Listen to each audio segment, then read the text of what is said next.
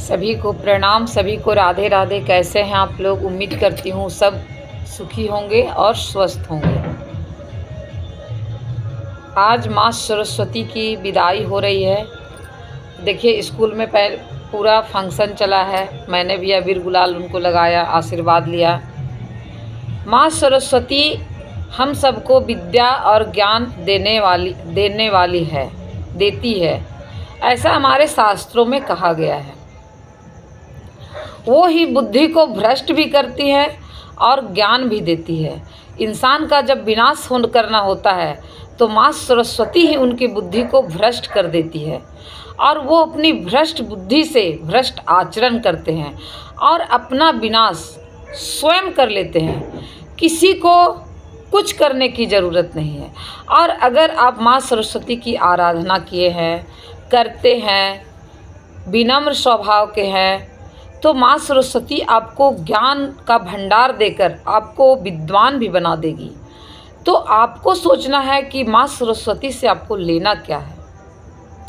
मैं तो हमेशा माँ सरस्वती से अपने लिए सिर्फ अच्छी बुद्धि की कामना करती हूँ और अपने सारे परिवार, अपने बच्चों, सभी के लिए बस सिर्फ और सिर्फ सद्बुद्धि की कामना करती हूँ। अगर इंसान के पास अच्छी बुद्धि रहेगी तो वो कहीं भी विपरीत परिस्थिति में भी अपने आप को सही कर लेगा। तो क्या सिर्फ माँ सरस्वती की कृपा से होगी? नहीं, खुद को समझना होगा कि हमारे लिए अच्छा क्या है और बुरा क्या है। हमारे अंदर ही कुबुद्धि और सद्बुद्धि दोनों होती है। अब निर्भर हम पर करता है कि हम सद्बुद्धि का आचरण करें या दुर्बुद्धि का आचरण करें। अगर आपको अपना विनाश करना है तो दुर्बुद्धि का आचरण कीजिए। अगर आपको अपने जीवन को सफल बनाना है तो सद्बुद्धि का आचरण कीजिए। देवी देवता को ढूंढने की ज़रूरत है ही नहीं।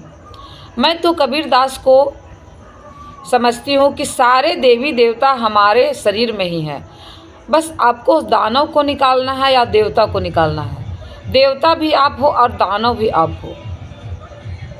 अगर आपके अंदर देवत्व बुद्धि है तो आपको सफलता आपके कदम चूमेगी, लेकिन आपके अंदर शैतानी बुद्धि है तो वो आपका और आपके परिवार सभी के लिए हानिकारक होगी।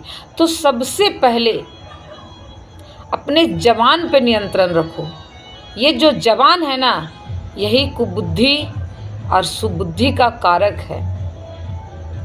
बेवजह की आपके जुबान, आप बड़े हैं, बुजुर्ग हैं, बड़े और बुजुर्ग होने से इंसान का सम्मान नहीं मिलता है। उसकी बुद्धि कितनी अच्छी है, वो छोटों को कितना समझ पा रहा है, छोटों से कितना प्यार कर पा रहा है, वो कितना विनम्र है, आपको उसी से आपको सम्मान मिलेगा। ये नहीं कि आप मेरी माँ की उम्र की हैं तो हम आपको सम्मान दें और आप मुझे गाली दे, बेइज्जती करे और गंदी गंदी बातें मुझे बोले और मैं आपको सम्मान दूं। सम्मान पाने के लिए सम्मान देना पड़ता है। आप एक कुत्ते को सम्मान दोगे ना तो ही आपको सम्मान मिलेगा। तो इंसान है, समझने वाले तो समझ ही जाएंगे। सम्मान पाना है तो सम्मान देना सीखो और अपमान पाना है तो अपमान देना सीखो। और उन ऐसे ज़िंदगी में ऐसे इंसानों के पास लौट के कभी मत जाओ जो तुम्हारा 1 बार, 2 बार, 3 बार, 4 बार अपमान कर चुके हैं। क्योंकि उनकी तो वो आदत हो गई है, फितरत हो गई है।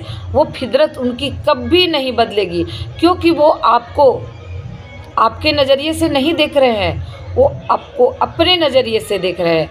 आपको इतना छोटा और नीच समझ रहे हैं और आप उनको सम्मान दे दिए ना तो आपके सर पे चढ़ के तांडव करेंगे। ऐसे लोगों से बच कर रहो।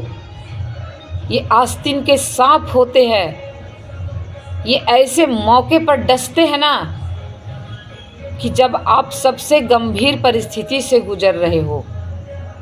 उन लोगों से बच के रहो और अपने आप को जागृत करो, अपने कर्म से, अपने ज्ञान से और अपनी सफलता को मेहनत के साथ, संघर्ष के साथ ऊंचाइयों तक लेके जाओ और अपने जीवन में विनम्रता को बनाए रखो। उन परिस्थितियों में बनाए रखो जब लोग संहार कर देते हैं, लेकिन आप अपनी विनम्रता को उस समय भी मत खो, क्योंकि अगर आपने खो दी विनम्रता तो जवाब कौन देगा। हमेशा महाभारत करना अच्छा नहीं होता है, कभी कभी ऊपर वाले के हाथ में भी छोड़ देना चाहिए कि वो उसकी अदालत में क्या फैसला होता है। और मैं ऐसा ही मानती हूँ कि ऊपर वाला का फैसला बेहतरीन होता है। बस आप सहते जाओ, सहते जाओ और सहते जाओ, क्योंकि सहने के बाद या तो महाभारत होता है या तो फैसला ऊपर वाले करते हैं। तो अपने उस फैसले को ऊपर वाले पर छोड़ो। और ये बुजुर्ग लोग जो बोलते हैं ना कि मैं बुजुर्ग हो गया हूँ, बुजुर्ग हो गए तो विनम्रता भी लाओ, तभी तुम बुजुर्ग कहलाने के लायक रहोगे। सभी को प्रणाम, सभी को राधे राधे।